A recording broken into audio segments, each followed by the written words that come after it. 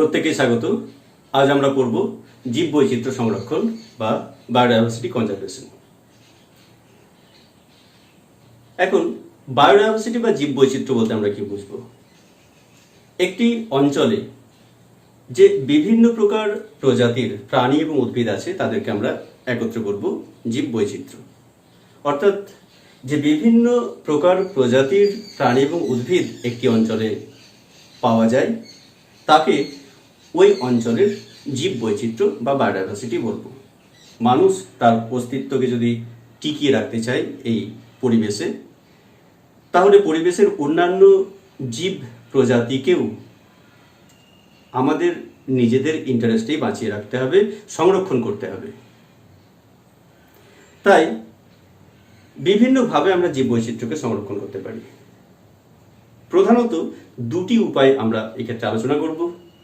প্রথম উপায়টি হলো ইন সিটু সংরক্ষণ এবং দ্বিতীয় উপায়টি হলো এক্স সিটু সংরক্ষণ।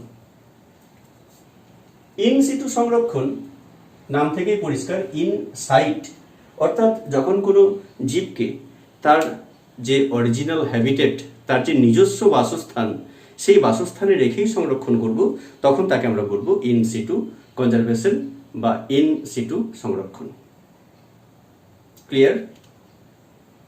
অর্থাৎ রয়্যাল বেঙ্গল টাইগারকে আমরা দার্জিলিংয়ে সংরক্ষণ করব না, রয়্যাল বেঙ্গল টাইগারকে আমরা সুন্দরবনেই সংরক্ষণ করব। যদি রয়্যাল বেঙ্গল টাইগারকে আমরা সুন্দরবনেই সংরক্ষণ করি তাহলে একে আমরা বলবো ইন সিটু সংরক্ষণ। ক্লিয়ার? বেশ, নেক্সট আসি এক্স সিটু সংরক্ষণ। কাকে বলবো? টার্ম থেকেই পরিষ্কার, এক্স সিটু অর্থাৎ অফ সাইট। যখন কোনো জীবকে তার নিজস্ব অবস্থানে না সংরক্ষণ করে অন্য কোনো জায়গাতে সংরক্ষণ করব, তখন তাকে আমরা বলবো এক্স সিটু সংরক্ষণ। যেরকম রয়্যাল বেঙ্গল টাইগারকেই যদি ইংল্যান্ডের কোনো একটি চিড়িয়াখানাতে বা বিশেষ স্থানে রেখে সংরক্ষণ করি তাহলে তাকে আমরা বলবো এক্স সিটু সংরক্ষণ। কারণ এক্ষেত্রে প্রাণীটি তার নিজস্ব যে বাসস্থান সেই বাসস্থানে সংরক্ষিত হচ্ছে না। ক্লিয়ার? বেশ, এখন বিভিন্ন রকমের ইন সিটু সংরক্ষণ আমরা দেখব। কি কি? একটি হলো জাতীয় উদ্যান বা ন্যাশনাল পার্ক। জাতীয় উদ্যান বা ন্যাশনাল পার্ক তৈরি করার মাধ্যমে আমরা সেখানে জীবেদেরকে সংরক্ষণ করতে পারি তাদের নিজস্ব অবস্থানে।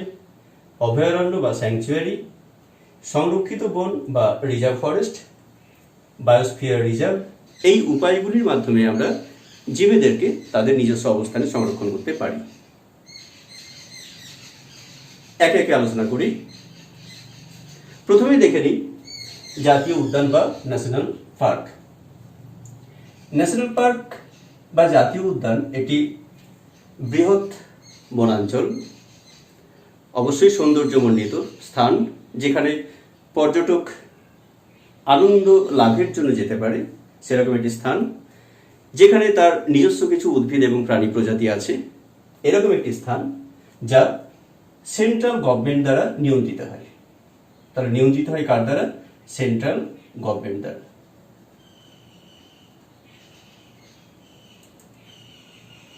এবং এখানেতে পর্যটক প্রবেশ করতে পারে, অবশ্যই সেই অঞ্চলের প্রাণী এবং উদ্ভিদের কোনো ক্ষতি না করে। এরকম একটি জাতীয় উদ্যানের উদাহরণ যদি আমরা বলি, পশ্চিমবঙ্গের ক্ষেত্রে গরুমারা ন্যাশনাল পার্কের কথা আমরা জানি।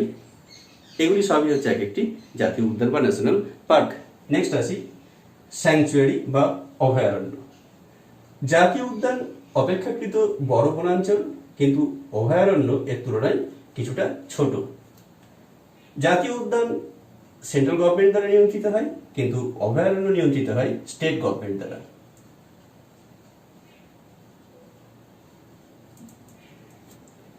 অভয়ারণ্যতেও আমরা দেখব যে পর্যটকদের প্রবেশের অধিকার আছে, অবশ্যই বন দপ্তরের অনুমতি সাপেক্ষে। গবেষণার কাজে এবং অন্যান্য কাজেও প্রবেশ করা যেতে পারে, তবে এক্ষেত্রে অনুমতি অবশ্যই নিতে হবে, সেই বনাঞ্চলতে যে সমস্ত প্রাণী এবং উদ্ভিদ প্রজাতি আছে তাদের কোনো ক্ষতি না করে। ক্লিয়ার? বেশ, আমাদের পশ্চিমবঙ্গের এরকম একটি স্যাংচুয়ারি বা অভয়ারণ্য হলো বেথুয়া ডহরি স্যাংচুয়ারি। আমরা ওয়েস্ট বেঙ্গলের নদিয়া ডিস্ট্রিক্টের একটি স্থান বেথুয়া ডহরির কথা জানি। সেখানে যে বনভূমি আছে এটি হলো বেথুয়াডাওয়ারি স্যাংচুয়ারি। নেক্সট চলে আসি সংরক্ষিত বন বা রিজার্ভ ফরেস্ট। এটিও জাতীয় উদ্যানের থেকে ছোট একটি বনখণ্ড বা বনাঞ্চল, যেখানেতে আমরা স্টেট গভর্নমেন্টের নিয়ন্ত্রণ দেখব, অর্থাৎ এটিও নিয়ন্ত্রিত হয় স্টেট গভর্নমেন্ট দ্বারা।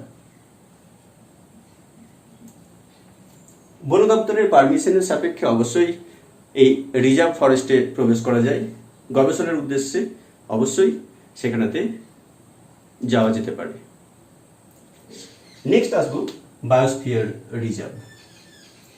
ইউনেস্কো এবং ম্যাপ অর্থাৎ ম্যান অ্যান্ড বায়োস্ফিয়ার প্রোগ্রাম, তাদের যে নির্দেশিত পথ, সেই পথেই যখন একটি বিস্তীর্ণ অঞ্চলের সামগ্রিকভাবে উদ্ভিদ, প্রাণী এবং প্রাকৃতিক পরিবেশকে সংরক্ষণ করা হয়, তখন তাকে আমরা বলবো বায়োস্ফিয়ার রিজার্ভ। পৃথিবীতে এরকম অসংখ্য বায়োস্ফিয়ার রিজার্ভ আছে, আমাদের দেশেও আছে, আমাদের রাজ্যেও আছে। এই বায়োস্ফিয়ার রিজার্ভে শুধুমাত্র প্রাণী এবং উদ্ভিদকে সংরক্ষণ করা হয় না, তার সাথে সামগ্রিকভাবে তার যে পরিবেশ, তার যে হ্যাবিটেট বাসস্থান, তাকেও সংরক্ষণ করা হয়, যাতে করে সেখানে নিরাপদে প্রাণীরা জনন কার্য সম্পন্ন করতে পারে, তাদের বংশ বৃদ্ধি করতে পারে, এবং যে সমস্ত উদ্ভিদ প্রজাতি আছে তারা যাতে অবলুপ্ত না হয়ে যায়, তাদের যাতে সংখ্যা বৃদ্ধি ঘটে, সেই বিষয়টিকেও এক্ষেত্রে দেখা হয়। বায়োস্ফিয়ার রিজার্ভেতে অবশ্যই সাধারণ মানুষের কোনো প্রবেশাধিকার নেই। গবেষণা কাজে বা তথ্য সংগ্রহের জন্য অবশ্যই বায়োস্ফিয়ার রিজার্ভেও যাওয়া যেতে পারে, তবে একটি বায়োস্ফিয়ার রিজার্ভ 3টি জোন বা 3টি অঞ্চলে সাধারণত বিভক্ত। বায়োস্ফিয়ার রিজার্ভের ক্ষেত্রে আমরা একেবারে ভেতরের যে অঞ্চল তাকে বলবো কোর অঞ্চল। এই কোর অঞ্চলে কোনোভাবেই মানুষ প্রবেশ করতে পারে না। কোর অঞ্চলের ঠিক বাইরের দিকের যে অঞ্চল তাকে আমরা বলবো বাফার অঞ্চল। এই বাফার অঞ্চলে মানুষ প্রবেশ করতে পারে, কিন্তু নির্দিষ্ট শর্ত সাপেক্ষে। বাফার অঞ্চলের বাইরের দিকের যে অঞ্চল তাকে আমরা বলবো ট্রানজিশনাল অঞ্চল, তাকে বলবো ট্রানজিশনাল অঞ্চল। এই ট্রানজিশনাল অঞ্চলেতে মানুষ অনুমতি সাপেক্ষে বসবাস করতে পারে। এই গেল ইনসিটু সংরক্ষণের বিভিন্ন ভাগ। এই উপায়গুলির মাধ্যমে আমরা প্রাণী এবং উদ্ভিদ অর্থাৎ জীব প্রজাতিকে তাদের নিজস্ব অবস্থানে রেখে সংরক্ষণ করতে পারি। ক্লিয়ার? বেশ, এখন চলে আসি এক্সিটু সম্পর্কে আলোচনায়। এক্সিটু সংরক্ষণের একেবারে প্রথম ভাগটি হলো চিড়িয়াখানা বা জু। চিড়িয়াখানা বা জুতে আমরা বিভিন্ন রকমের প্রাণী সংরক্ষণ করি, বিভিন্ন দেশের প্রাণী আমরা সংরক্ষণ করি। আমাদের রাজ্যেই আলিপুর চিড়িয়াখানার কথা আমরা জানি, যেখানে বিভিন্ন রকমের প্রাণী আমরা সংরক্ষণ করি, অর্থাৎ চিড়িয়াখানা গেলেই আমরা বিভিন্ন রকমের প্রাণী সেখানে দেখব। এই প্রাণীগুলি অবশ্যই আলিপুর অঞ্চলে পাওয়া যায় না, বিভিন্ন দেশ থেকে বিভিন্ন জায়গা থেকে প্রাণীগুলিকে এনে এখানে সংরক্ষণ করা হয়। খুব কম প্রজাতির ক্ষেত্রে খুব নিরাপদে তাদের জনন কার্য সম্পন্ন করার সুযোগ আছে। বেশিরভাগ প্রজাতি এক্ষেত্রে বংশ বিস্তার করতে পারে না চিড়িয়াখানাতে, তাদেরকে শুধুমাত্র সংরক্ষণ করা হয়। পর্যটকদের সেখানে প্রবেশের অধিকার আছে। এই যে সংরক্ষণের পদ্ধতি তাকে আমরা বলবো এক্সিটু সংরক্ষণ, অর্থাৎ চিড়িয়াখানাতে আমরা জীবেদের এক্সিটু সংরক্ষণ করি। নেক্সট আসবো বোটানিক্যাল গার্ডেন। এটি হলো উদ্ভিদদের এক্সিটু সংরক্ষণের জায়গা। আমাদের রাজ্যের শিবপুর বোটানিক্যাল গার্ডেনের কথা আমরা জানি। এই শিবপুর বোটানিক্যাল গার্ডেনে পৃথিবীর বিভিন্ন দেশের বিভিন্ন উদ্ভিদ প্রজাতিকে সংরক্ষণ করা হয়।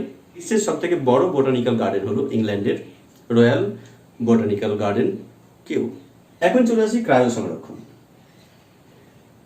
বিভিন্ন প্রকার জীব প্রজাতি, উদ্ভিদ এবং প্রাণী নির্বিশেষে, এবং বিভিন্ন জীবের বিভিন্ন অংশকে বা অংশবিশেষকে যদি আমরা অতি নিম্ন তাপমাত্রায় লিকুইড নাইট্রোজেনের মধ্যে সংরক্ষণ করি, তবে তাকে আমরা বলবো ক্রায়ো সংরক্ষণ।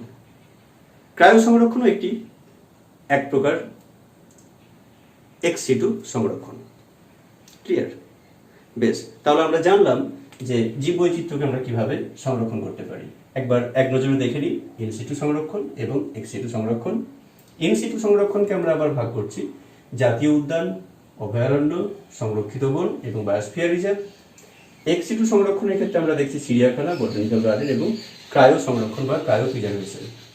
এখন আমাদের রাজ্যের একটি বায়োস্ফিয়ার রিজার্ভের যদি নাম জানতে চাই তাহলে অবশ্যই বলবো এটি সুন্দরবন বায়োস্ফিয়ার রিজার্ভ।